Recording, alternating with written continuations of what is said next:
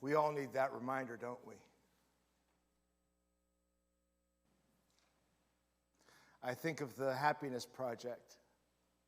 3,680 some odd days in a row of just posting a picture in something good.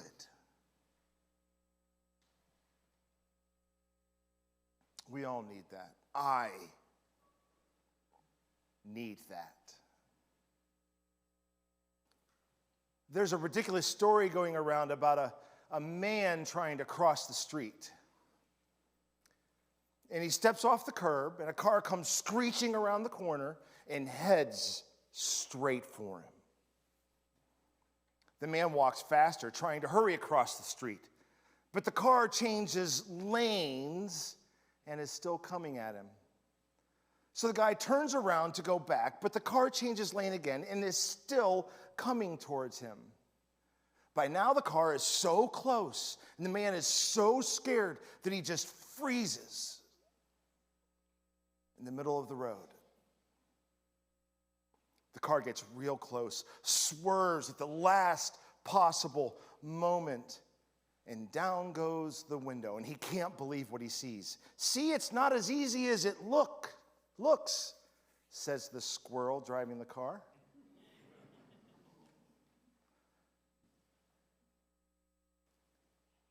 It's all good because that's us in life. It's not easy.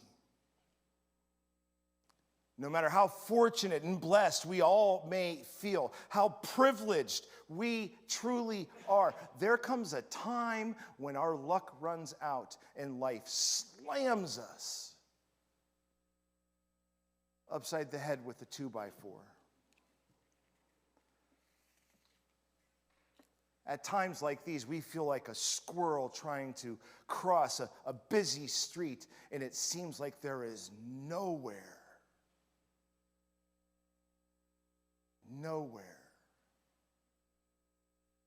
to turn. It's times like these that we're thankful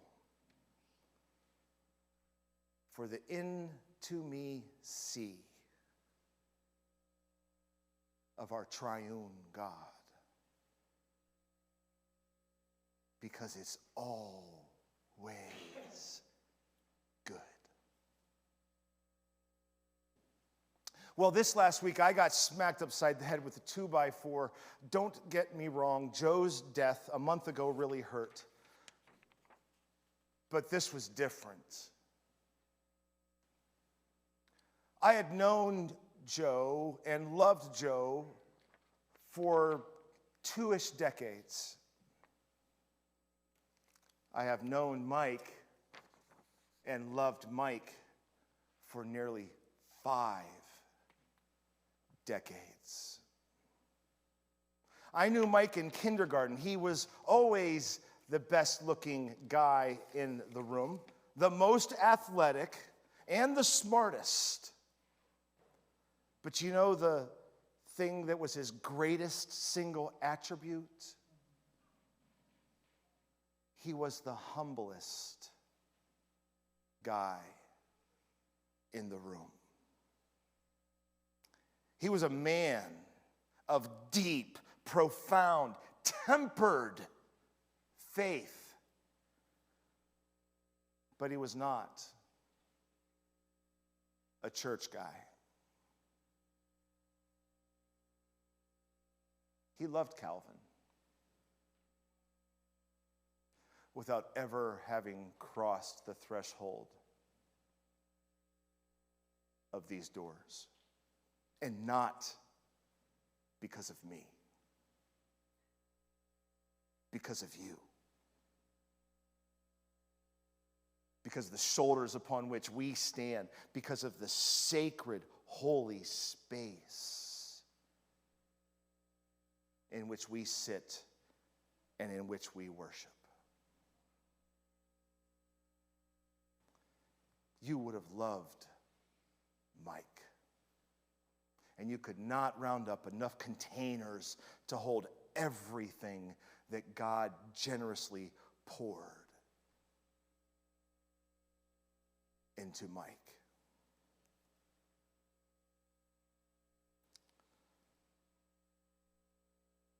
Some of you may remember a young man that Tony introduced me to a couple of years ago, who was like a squirrel darting in front of a speeding car, not sure which way to go. He had become frozen. You might remember Ryan. And I share this with his explicit permission. I've got to take this picture and put it underneath because I just can't look at his face right now. Because I'll get stuck. I won't know which way to go. Ryan randomly came to Calvin when all of our doors were locked. And somehow, randomly, he walked into the first door and it was unlocked. As if that's not enough to think that this is container number one that God so generously poured into Ryan. It turns out that he's from Aurora. Anyone know where Aurora is? It's in Nebraska.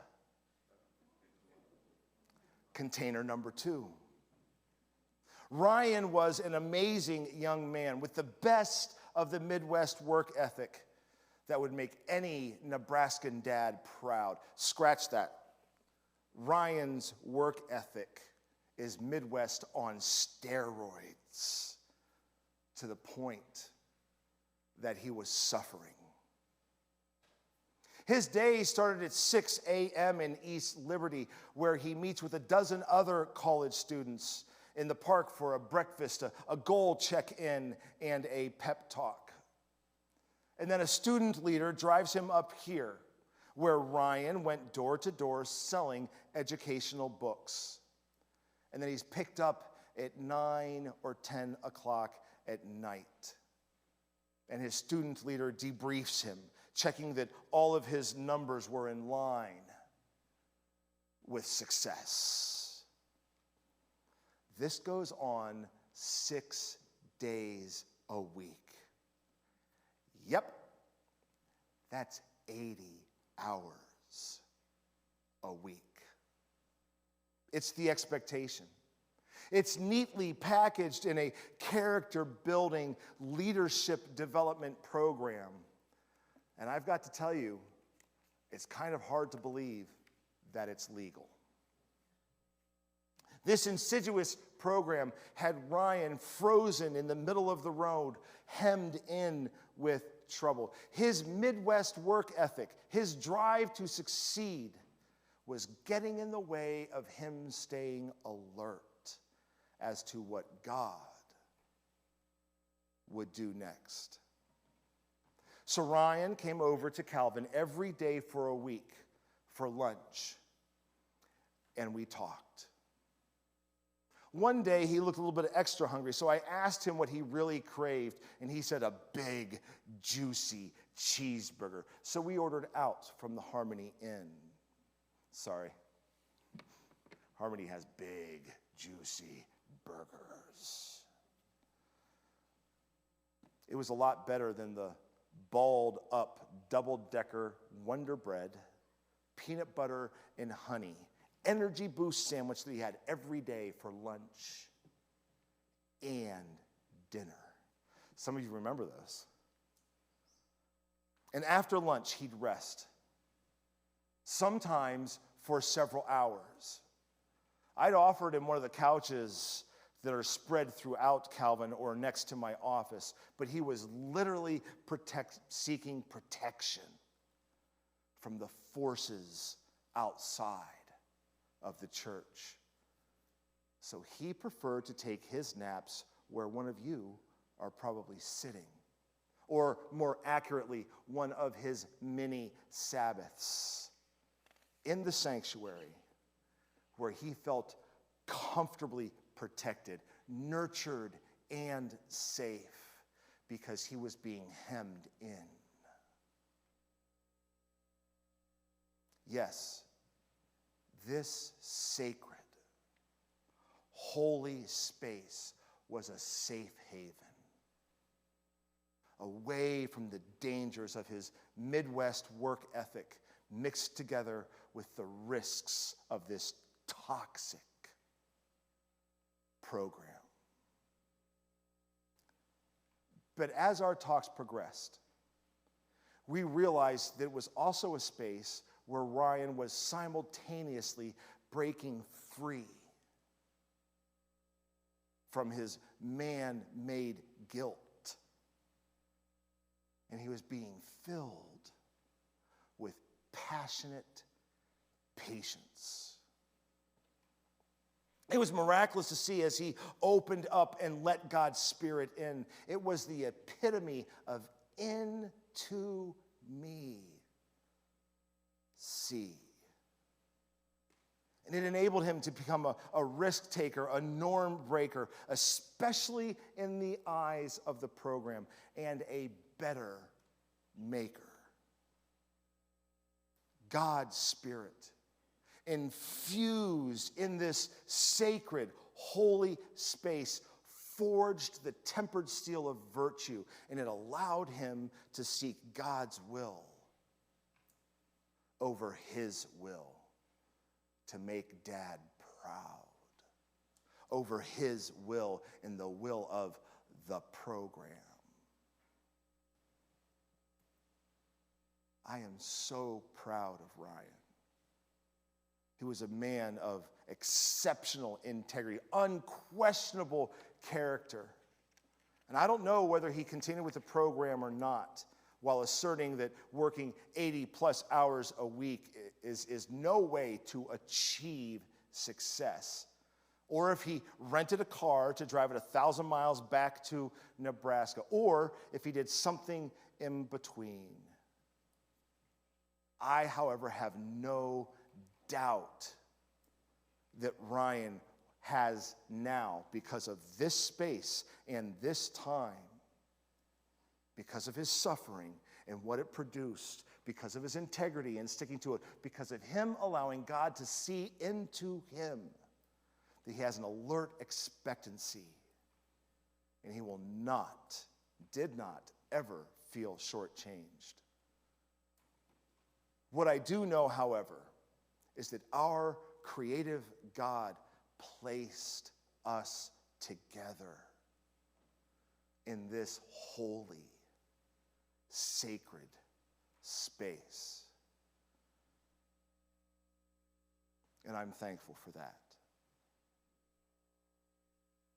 I have revisited this space frequently, particularly when life happens and a best friend dies, and I feel like a squirrel hemmed in by troubles. As a matter of fact, if you ever come to Calvin and you see my car in the parking lot, and I'm not in my office or Bruce's office or Tony's office, check in here.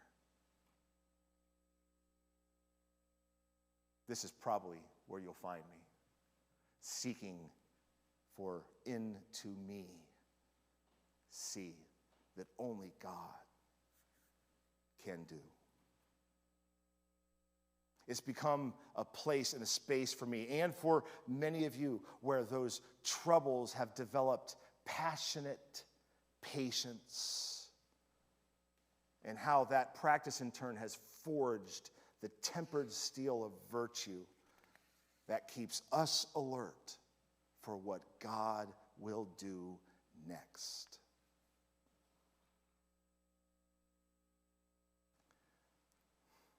Friends, when you feel like a squirrel trying to cross a busy street, know that the into me see that the world gives, if it gives away any, is a removal, a subtraction of something from us. It amounts to a diminishing of life. What the triune God gives, says Eugene Peterson, is an intensification, an increase, an addition. This kind of intimacy helps us all get together with God. And it paves the way to getting it all together with ourselves so that we can get it all together with each other.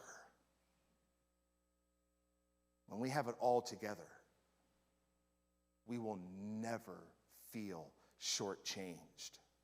We will not have enough containers to hold everything that God pours generously into our lives. And we will be as handsome and as athletic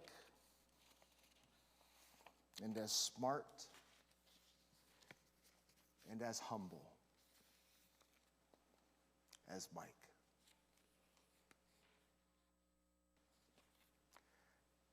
Amen. Amen.